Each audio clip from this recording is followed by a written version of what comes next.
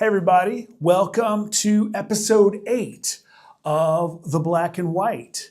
This week I have another extraordinary guest. It's Kathy Thompson. Kathy is the keeper of the books at Furry and Meadowlawn. Some folks would like to think of her as a librarian, and she always cautions me on that term because she is not actually a librarian. A librarian is a very specific term. She is a media specialist here at Perkins. And she has a very unique task, and she is very gifted at this because she can take, she'll work with kids individually to help them find books that they like to read. And in the podcast, I make the analogy that she is sort of like the wand shopkeeper in Harry Potter, and that the wand finds the witch or the wizard, and just as Kathy helps kids connect with books that will entertain and they will enjoy, and so she's been wonderful at that. There is a little bit of sadness in this podcast as well, maybe not so much for her, but for the rest of us. Kathy, we actually recorded the podcast on one of her last days here at Perkins Schools. She has retired, and we will miss her. So yeah. Anyway, everybody, enjoy the podcast. Kathy's great, and she tells wonderful stories. So anyway, enjoy. Kathy Thompson. Tell me who you are. Who's Kathy Thompson? Okay, well, in Perkins Schools, I'm the keeper of the books and the storyteller. Okay, which means, unpack that a little bit. What are we talking here? What do you do? Well, I'm not a certified librarian. People Okay. like to call me a librarian, but I'm not. So I just say I'm the keeper of the books and the storyteller. Okay, that's pretty awesome. There is, you're not to be a librarian. You have to be a certified Yes. librarian, and it's a very Rigorous. You require like a bachelor's degree or a master's degree? I or? think a master's. Wow. Yeah. Okay. I think. Okay. But for all practical purposes, I think of you as a librarian. Thank you. You are walking here, and you're the keeper of the books. Yes. Tell me a little bit about your job here at what you do, because you split your time at Meadowlawn and Furry. Right. So talk about that. So I order books. I organize them. I catalog them. I do story times with the kids.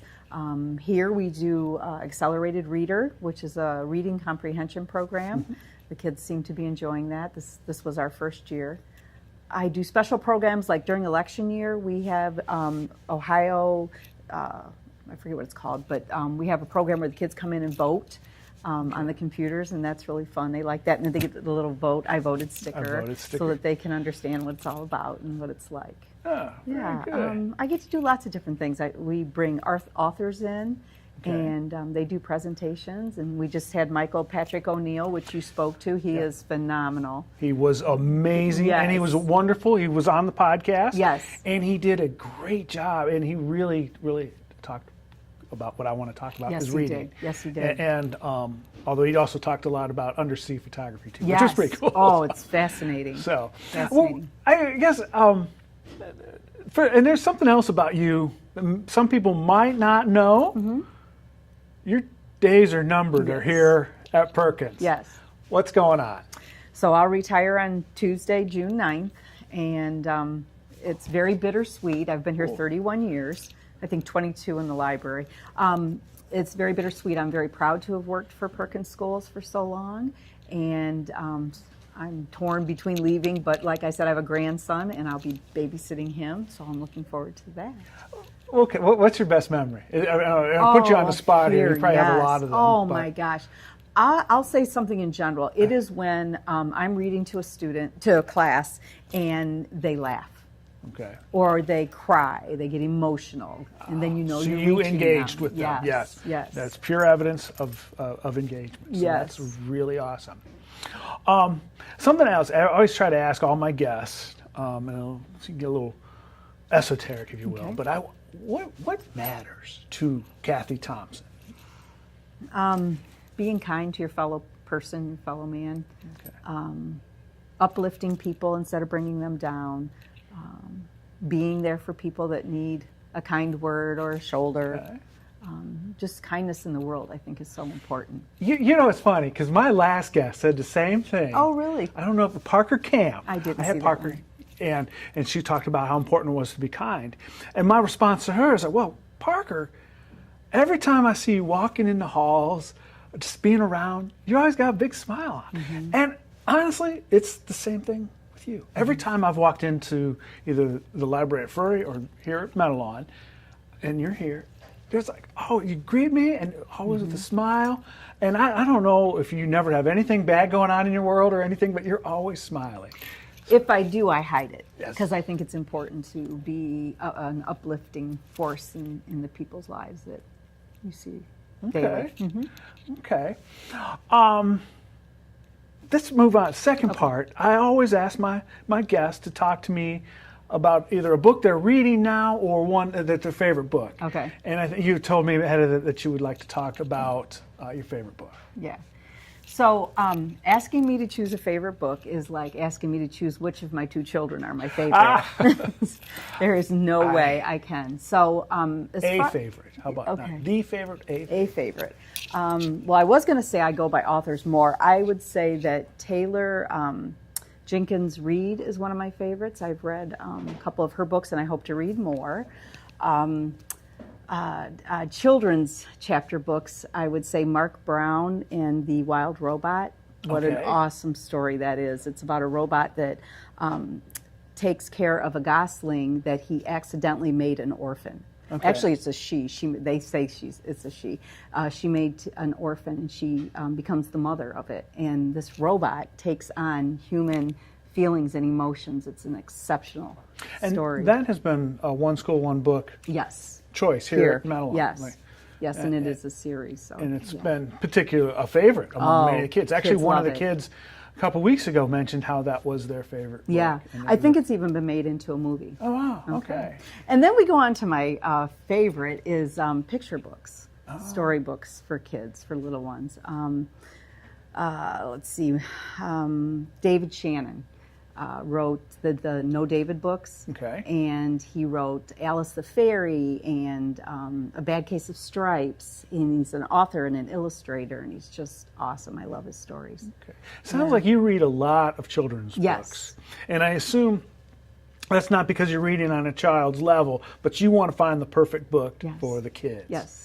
And so we're going to come back to this a Okay, little bit, but I want to go back to your first choice. You're the adult book that you read, if you will. What talk to me? It was The Seven Husbands of Evelyn Hugo. Okay. And it was really good. It just told of how her life went and different choices she made and how she had to, overcome some choices. And, Now, is this one of these books that you've read multiple times in life? no, I've only read it once. Okay. But I'm retiring, so it may be back on my list. Okay. So what makes this book stand out to you? Just all the hard things she had to go through. I mean, 7 husbands, that's a lot. Just being strong and getting through and learning and becoming a better person on the other end. Cool. And style of writing, is there something about her writing that sticks out to you? Or?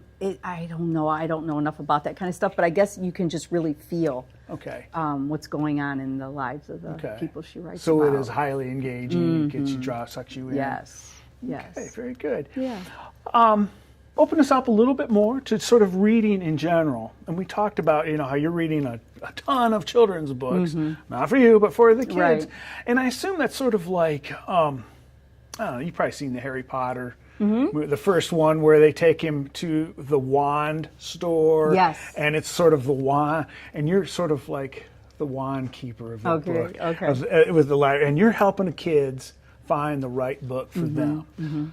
That process, it probably seems really simple, but then there's probably a lot more to it. When you find a kid that needs help reading, what are you looking for? Okay, so what I say, what do you think you like? And they say, I don't know. Okay, well, tell me what you do in your spare time? What do you do when you're home? What do you do when you're outside? What do you do with your family?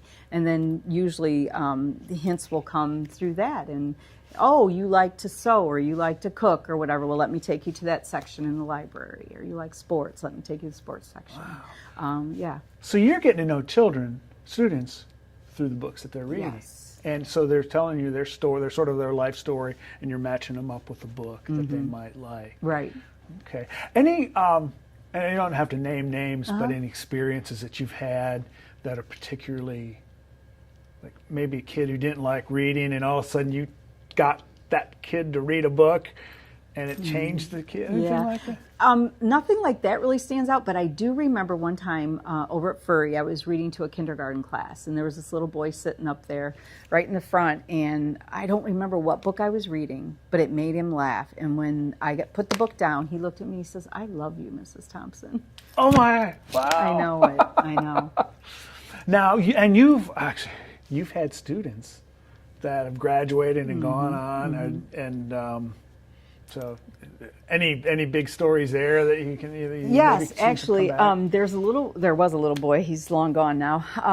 He told me on the first day that he came to library that he didn't want to get any books. He didn't want to borrow books and take them home. And I said, "Well, why don't you want to do that?" And he goes, "I just don't like books." So I took him over to the shelf and I said, "Well, look at this and look at this." And he sat down and he sat there for 15 minutes. And from then on, he was, as far as in the library, he was always really into books. Okay. And then he came back and saw me after he graduated, and it was wonderful. Okay. Yeah.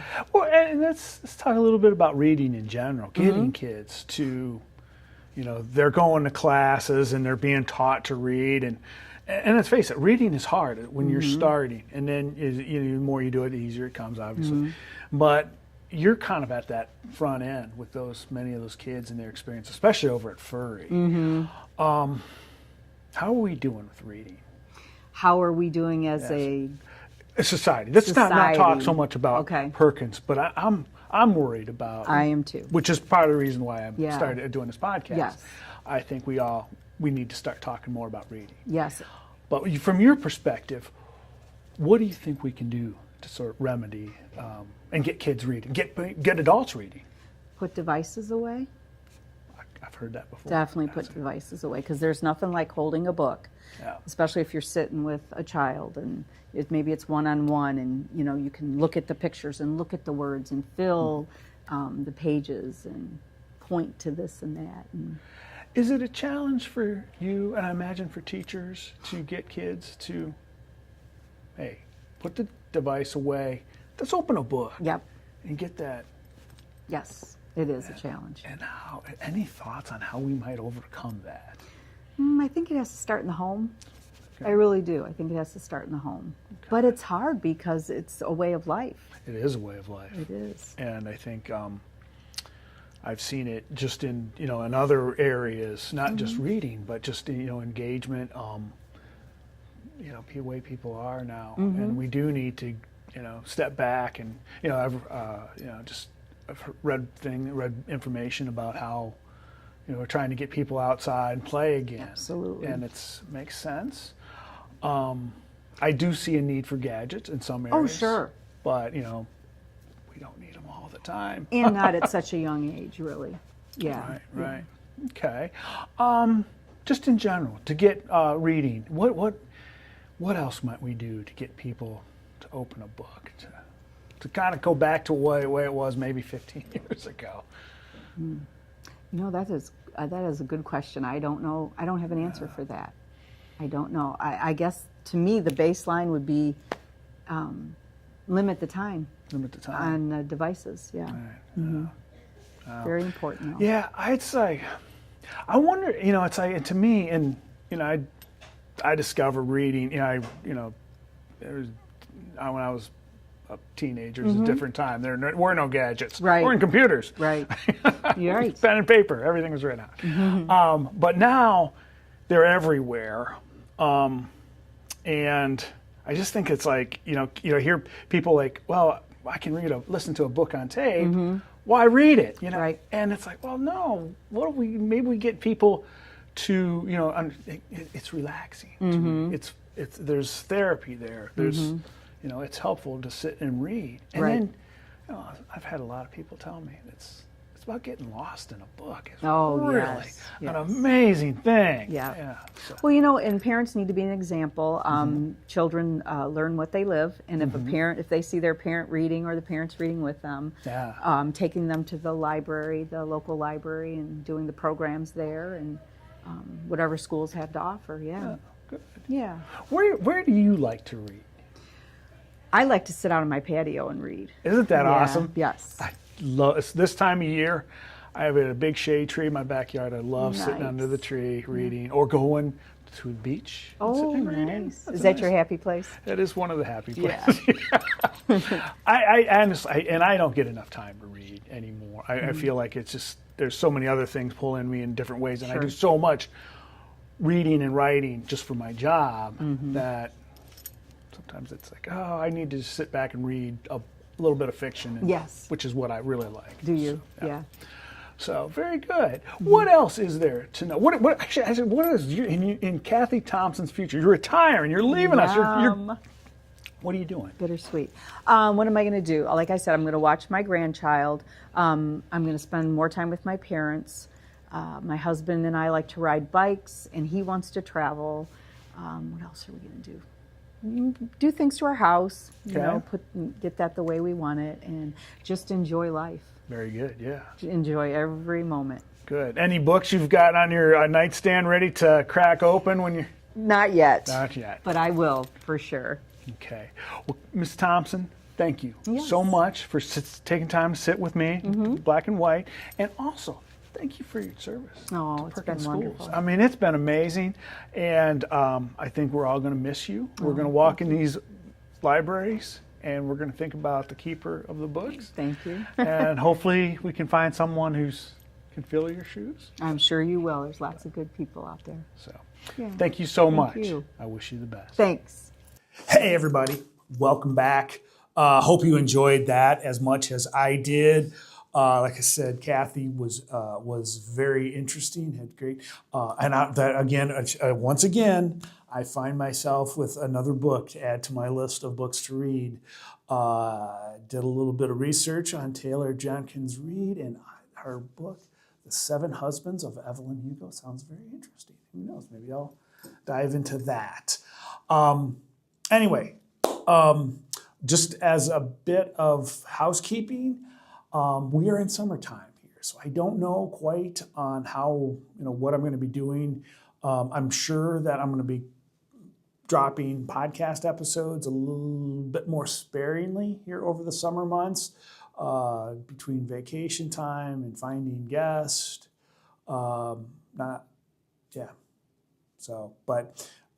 I guarantee we will be back in the fall with season 2, and look forward to that. So anyways, thank you so much. Bye-bye.